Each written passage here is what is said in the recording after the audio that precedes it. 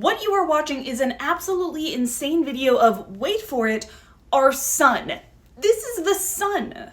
You're seeing emission from hydrogen in the sun's atmosphere, or corona, and as you can tell, it does some really freaking weird things. The corona is an odd place. The gas in it is millions of degrees, but the surface of the sun is only 6,000 Kelvin, and we don't really know why the corona is so hot. Plus, there's just a lot of change happening in the corona. As you can see from these videos, the gas is constantly forming weird loops and prominences and eruptions and then raining back down on the surface. We don't fully understand why any of this is happening, although a lot of it has to do with the sun's magnetic field, which is pretty wonky looking. Now, these videos specifically are a pretty remarkable breakthrough because they're allowing us to see scales of around 60 kilometers in the corona, more detailed than we've ever been able to see before. This is thanks to something called adaptive optics, where the telescope mirror is actually constantly changing its shape to account for the perturbations in Earth's atmosphere, which is itself constantly changing. Which means we can get higher resolution images that aren't warped and blurred by our own atmosphere.